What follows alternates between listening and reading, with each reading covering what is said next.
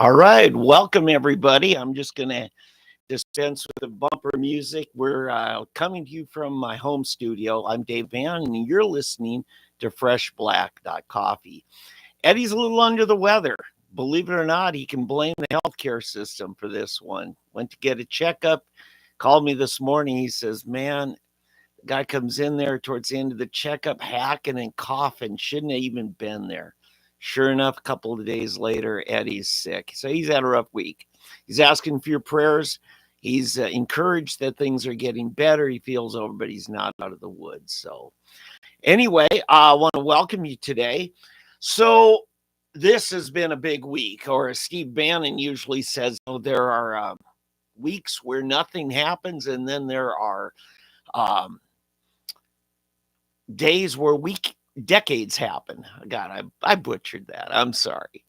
I hope you've enjoyed the last couple of weeks. We've had special guests in. Of course, we had first Nathan Dahm and then Wayne Hill. They are the chair and the vice chair, respectively, of the Oklahoma Republican Party. And if you followed that, I appreciate your interest in having a vibrant, healthy, and functional Republican Party in Oklahoma to stand up for the republic and the liberty that we value. I say functional as opposed to dysfunctional, which is oftentimes what we've been seeing. We are in the middle of the presidential year, the quadrennial conventions and caucuses. In fact, this time next week, we're going to be at our county convention here in the Tulsa metro area. So we're probably going to do something a little bit different for next week on that. So those are some of the things going on. Let's do a roundup of the news. As you know, let's go to global news first. Tucker Carlson had the big interview this week. Most of the commercial media, the legacy media, jealous as can be. Couldn't find any more ways to criticize and discredit Tucker Carlson for getting the interview nobody else could get. In fact, Tucker said he was working on it for years. He said he would have done it years ago, except that our FISA courts allowed for spying and hacking into Tucker Carlson's mobile phone communications. Tucker and his producing team were working out the logistics to do this interview a couple years ago. But once that came out in the news, Putin just backed away, didn't want anything to do with it. He wasn't going to hand over metadata to our intelligence agency. But let's get to talking about how the interview went. First, let's the tenor of it. It was a very unique Tucker Carlson style of interviewing. He was open, he's engaging, he's inviting. This wasn't his most confrontational interview. I've seen him be confrontational. I've seen him go after Ted Cruz at times when Ted Cruz deserved to be gone after because I didn't feel like Ted was being straight with us. He knows how to do it. But this was for a decidedly different kind of opportunity. He really wanted Putin to talk as much as possible. Putin, for his sake, he was actually a little bit taken aback. He was expecting some strident, in-your-face, pompous kind of Western journalism treatment, and he got none of that. And I think Putin at times may have said more than he wanted to.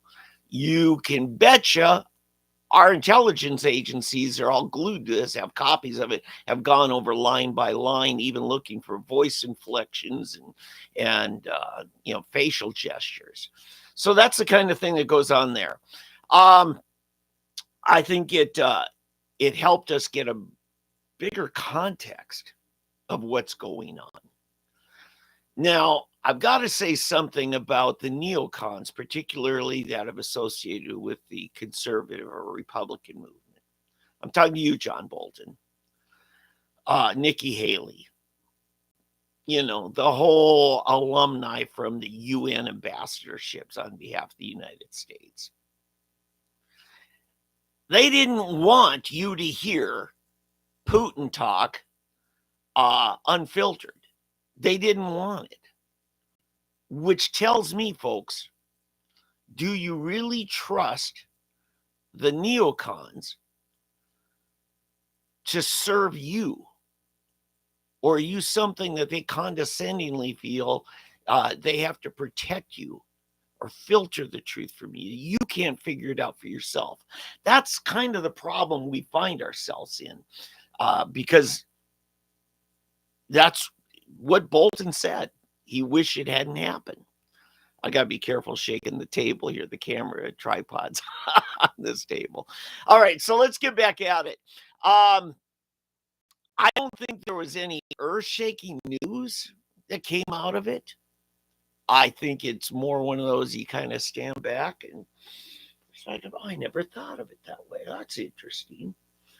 So it was more meant to be, okay, here's the context from the Russian perspective. Now, do I agree with their perspective? Hell no, I don't. I don't believe it at all. What Putin wants is incompatible with a free Europe, with a free world for that matter. I mean, he just yesterday, we find out another one of his imprisoned dissidents suddenly fell over dead at age 47. No previous signs of any kind of health issue. That's a guy they tried to kill years ago. He had to seek treatment in Europe and other nations for poisoning. And this is a very complex, very specialized poison. It's not something you can get at the hardware store, folks. These are special poisons, nerve agents, and things that attack your bodies in ways we've never heard of. So, yeah, there goes another one. If you really want to study this further, I recommend as a good primer, if you go into Joe Rogan's podcast, go back about a year, and you'll find Peter Zihan. Peter Zihan has his own YouTube channel. It's very interesting what he says. To the Russian Republic, if you will, actually, regime, to the Russian regimes, their survival in Russia as we know it requires securing about, I think he said 13 choke points. Yeah, the Caucasus Mountains, Georgia, that's kind of part of it. That's why they spend so much time in Chechnya, of course, was fighting them. Our middle son, Charlie, was there about 15 years ago, right in the wake of the Chechnya terrorist trials that were going on. The Chechen rebels murdered a whole bunch of kids in a theater. I think it was on a Saturday. It was really sad. And in the town, my son was in Nalchik. It was actually where they had the trials. But it's a very unique situation there. Now, you go over, this is kind of important. You go over to the Western Plains, what we call Ukraine. Ukraine's kind of a basin. And you don't find a checkpoint, a natural chokehold, between Russia and Ukraine, or Belarus for that matter. It isn't until you get down to the mountains, the mountain range of Romania, that you get kind of a natural boundary of a mountain range. Again, we've mentioned the Caucasus Mountains between the Black Sea and Caspian Sea. Natural choke point, very natural choke point. And then you've got the desert in the Mongolian and Chinese area. That God, good luck trying to march an army across that desert. Thousands, over 1,000 miles long. And then, of course, they've got the coast on the Asian Sea, and they've got the Arctic to the north. So they've really got to protect themselves. And actually, Finland is a danger to them. That is probably the next danger. maybe even more so than Poland. Poland and Finland are now NATO countries. And there's going to be tension there. The only, I guess, the only clock that might run out is Putin's health himself. Uh, Putin looked particularly healthy in this video. Although I mentioned to Eddie last week, his face kind of had a grayish tone that was kind of consistent with what I saw from some of the poisoning targets who have survived for about a year and a half. They still had a very ashen gray tone to their face, and saw that in Putin. So I don't know. I don't know if Putin has survived attempts on his life. He certainly has offed many of his detractors. The Wagner Group leader, he just shot his plane down. That's one gone. And then, of course, the fellow this week. But Putin particularly doesn't. He's killed off, according to Peter Zihan, he's killed off anybody who might be a challenger. So that's basically what I learned from that interview. I know it was probably a week and a half ago. But I wanted a chance. We ran out of time last week. I didn't get a chance to really go into it as much as I wanted to with Eddie. There's such a big show last week. So let's go to other things. Of course, Tucker Carlson went to a conference down in Dubai. He faced some tough challenges in an interview up on stage. It was part of a big conference there. And so we got, the world responding to that. But generally, nobody's really found any significant problems with that interview. And I appreciate Tucker is one of those marquee standard bearers of legitimate independent journalism. Joe Rogan being another. I mean, there's some others. Glenn Greenwald. Now we're seeing some of the other people stepping up. All right, let's move over to what's going on in Congress. We had a number of things. We had round 2 of a vote to impeach the Homeland Security cabinet member, Mayorkas, and he has been impeached. Do I expect it to go anywhere? No. It's just going to bottle things up in the Senate, which isn't doing anything anyway. The funding package, remember Langford and Schumer and a bunch came up with a funding package that then the Republican conference in the Senate just said, not just no, hell no. And even McConnell said, yeah, we better not vote for this. Left Langford out to dry. But you know what? Langford deserves it. He deserves it. Don't be a useless idiot, James Langford. If you have it in you to stand up for Oklahoma values, it's time to do so. You're in trouble. Okay. All right, let's go on. So there's that happening. The House now has come up with their own package. They were trying to float for some aid to Israel, some to Ukraine, which I condemn at this point. I mean, unless we've got some kind of a roadmap that's plausible, we're probably going in the wrong direction to continue to militarize and weaponize what's going on. We've got to find a solution on this. We were almost there, and Biden screwed it up. Boris Johnson screwed it up. A number of idiots screwed it up. So let's move on. We've got that going on. Of course, the brilliant Republicans from New York that pressed on for expelling George Santos now are looking like absolute idiots because it just made our votes even. I mean, our already razor thin margin for control of the House is even worse. Now we've got a 2-seat margin. It's just because a Democrat won that and won it by, I don't know, a 10% spread, more than 10% spread. It's really sad. So we've got that going on. I want to tell you about a couple other things. Oh, coming up on the show, uh, compiled with the help of some of our reliable bloggers and journalists, uh, a way for you to, in the privacy of your own home, take a test to find out if you are indeed a Christian nationalist. That's coming up later on the show. All right. Let's move on. What else is going on in the news? Of course, courts be crazy this week, right? We've got all kinds of things going on.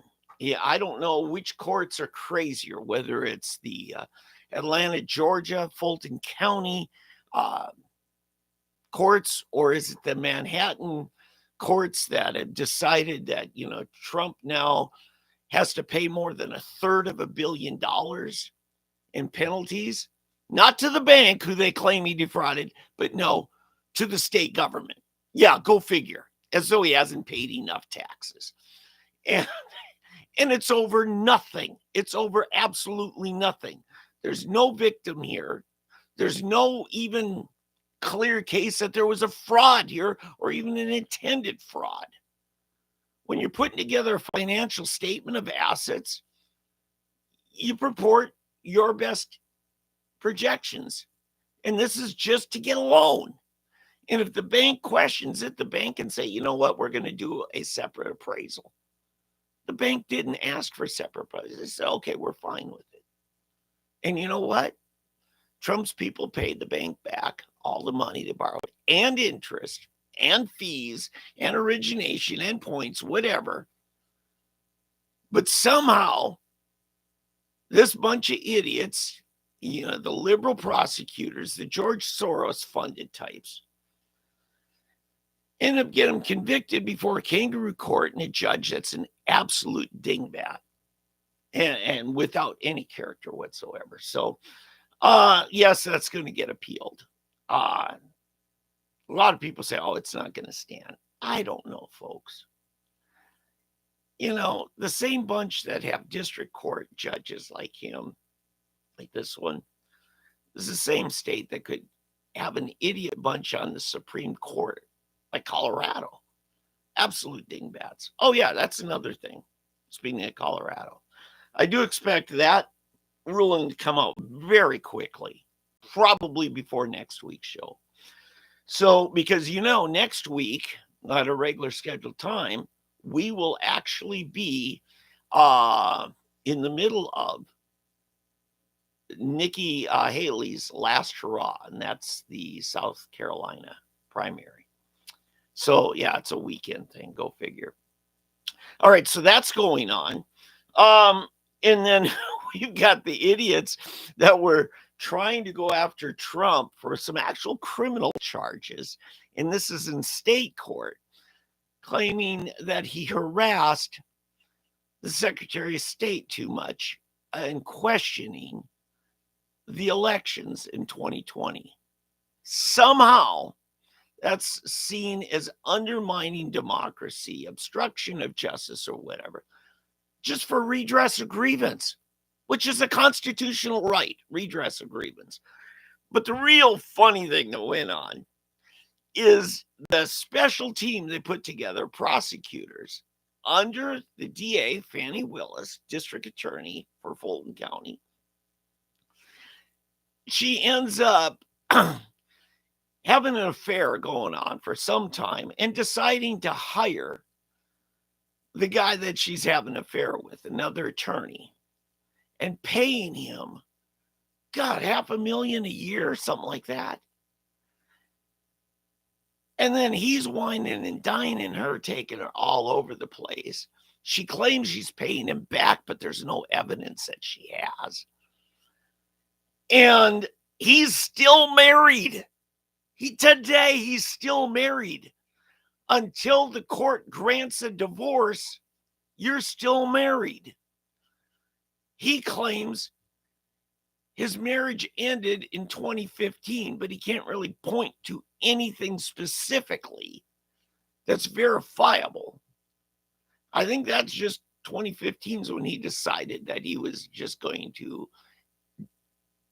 carry on some dalliances. And so in his mind, the divorce is over when he starts to fool around. So you got that. You had those two on the stand. And oh my goodness, it was like cat fight going on because out of nowhere, it's Fannie Willis, the woman we're talking about, the DA. She comes in and wants to testify in the middle of the hearings. And the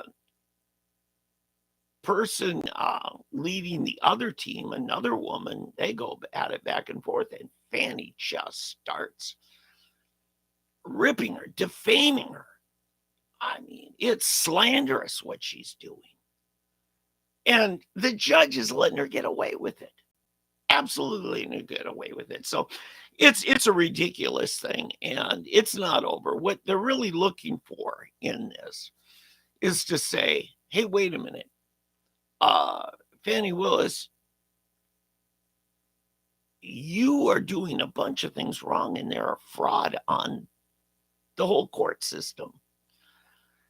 And you're not getting authorization for the outside legal counsel that you're paying these big bucks for, that are in turn wining and dining you all over the continent and maybe beyond.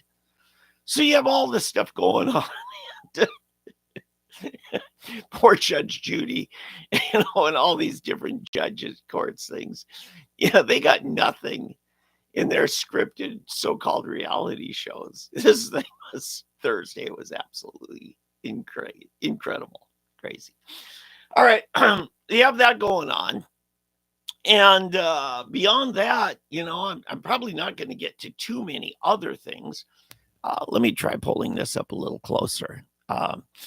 All right, so what we've got going on in Oklahoma is we have our legislature was back in session for now. It's their second week. We did have a vote on Monday over who the Republican senators want to succeed Greg Treat, and they did pick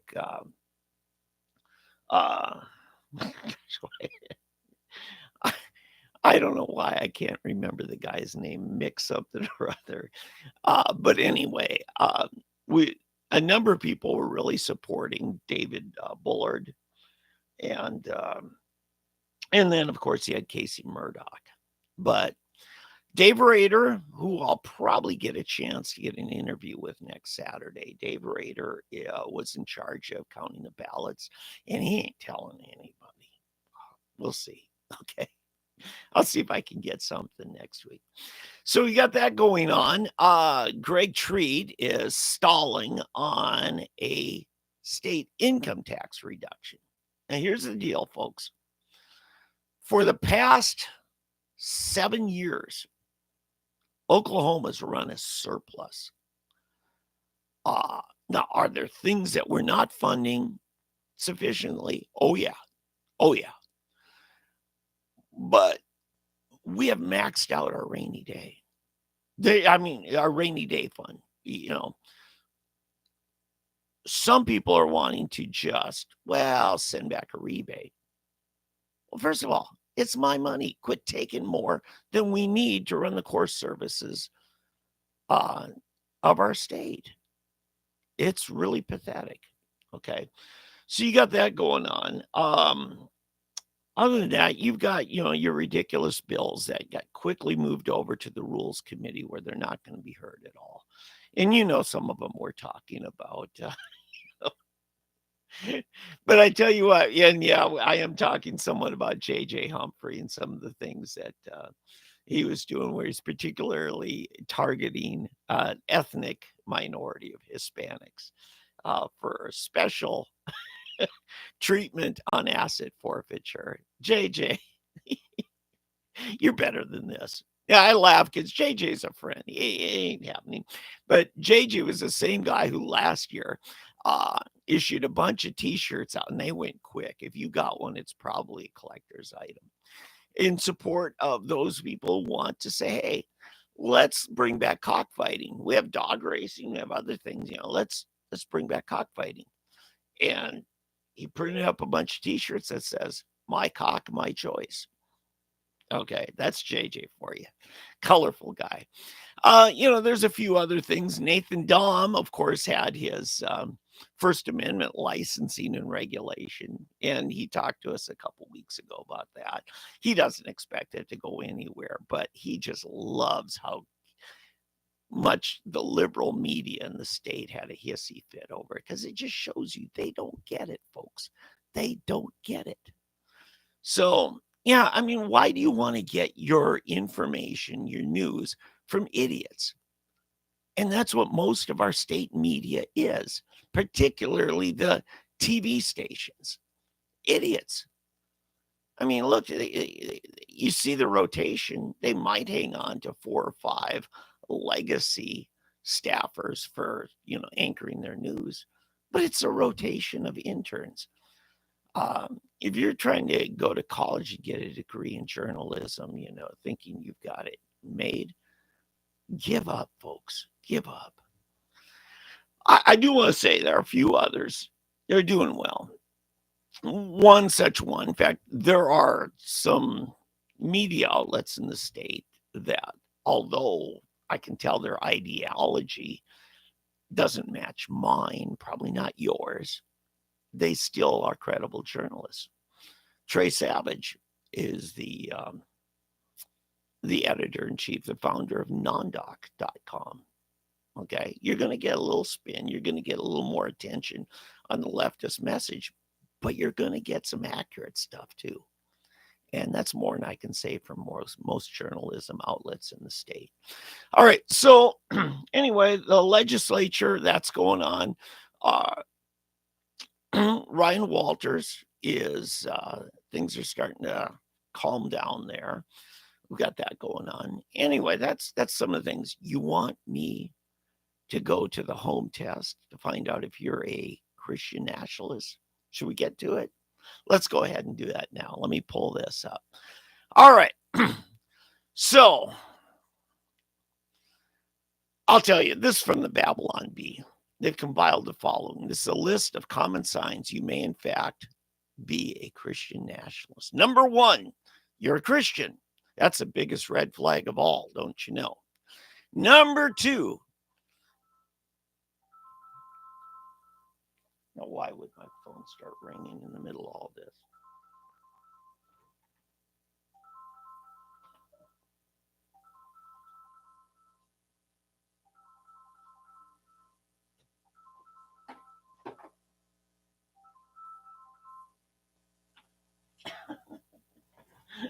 My phone was buried under some things. I'm sorry, folks. All right. Let me turn this down. Yeah, I miss Eddie's show. Eddie being here. And I'm sure, say a prayer for Eddie. Next week's going to be our Eddie Huff Appreciation Show.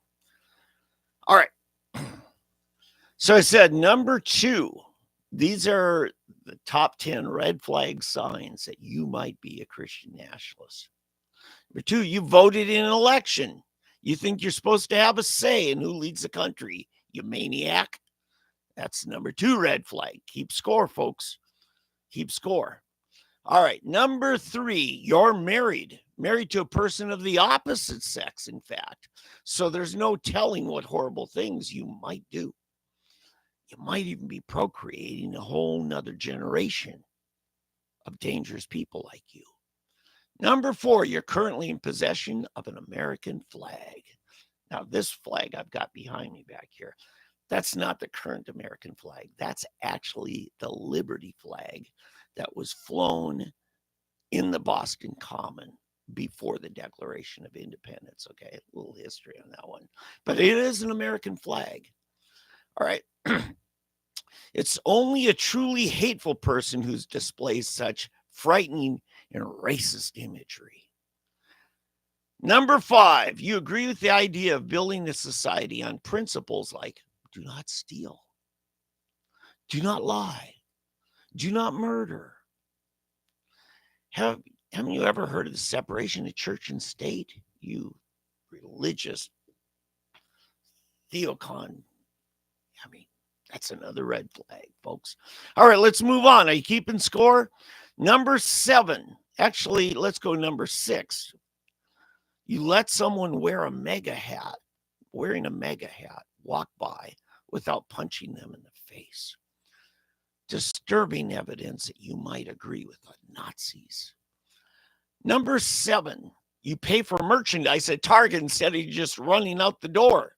It's probably because you think you're better than everyone else, a classic symptom of Christian nationalism.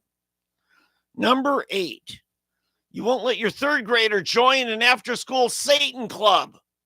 Where's your open-mindedness? Number 9, you face Mar-a-Lago 5 times a day and pray for Donald Trump. All Christian nationalists do this, you know. And number 10, you own a Bible and even read it. Those are the top 10 red flags that you might be a Christian nationalist. All right. Now, they're trying to invent this idea, particularly the people over at MSNBC, CNN, particularly MSNBC. They're making buzzwords. They're trying to define the terms. Is it wrong to love your country? Is it wrong to be proud of your country? Is it wrong to want to make your country better?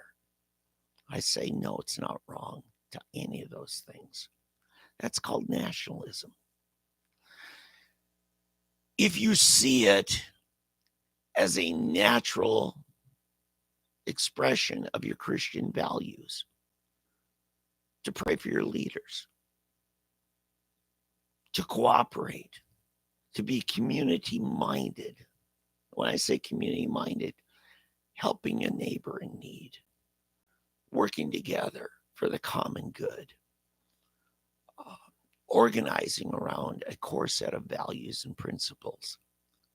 Okay? That's putting your Christianity to action, just like the fascists are putting their fascism to action. So those are the rules. You want to be called a Christian nationalist, you just keep doing that. What's going on this week? People all over the country are preparing for, within a month, we expect Donald Trump to have locked up the nominations, Republican nominee for president. In the polls, he's already consistently above Trump. Occasionally you get an outlier where it shows Trump leading in a particular state if the pollsters ask the right kinds of leading questions and stuff. But things are looking good. The other interesting thing I said, and you've heard Eddie talk about this, he's quite confident for the last 2 years that Michelle Obama is going to end up being on the ballot in November and not Joe Biden. A number of people have been very close to the Obamas since, 2006, 2007. I'm talking David Axelrod. They said, folks, it ain't going to happen. Michelle has zero interest in it. Okay. I don't know if they're just trying to deflect so that you and I on the right don't start looking for it, or they might be kind of freaking out, wanting to the Democrat Party to go find some other solution. I don't know. I don't know about that. And then the last thing I want to talk about today, who's going to be Donald Trump's running mate? Now, I wouldn't expect him to announce it. Probably not until June. I think Donald Trump is a master of maintaining the media. And that's going to be one of those suspense things that keeps the media coming to Donald, trying to find new ways to ask the same question. Newt Gingrich did the same thing back in 2004, 2008, and then finally ran in 2012. But as long as he left the door open, the media kept coming to him, and he actually liked the platform that it set up for him. So there's that going on. Donald Trump, starting March 25th, is expected to be in court for a criminal prosecution. I don't know what's going to happen here, folks. I don't know how they're going to do it. But we got to start talking to our neighbors and just say, God, are you going to be one of those people that when we lost a republic you were so blind with your head in the sand that you didn't do anything to try to fight against it.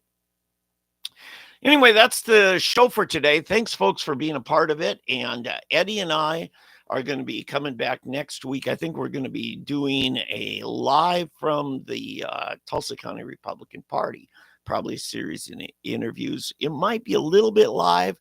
It might actually be a series of interviews tacked onto that, and then we'll package it later in the day or over the weekend for you. So till then, hope you're having a good day. This is David Van for Fresh Black.Coffee. Good night.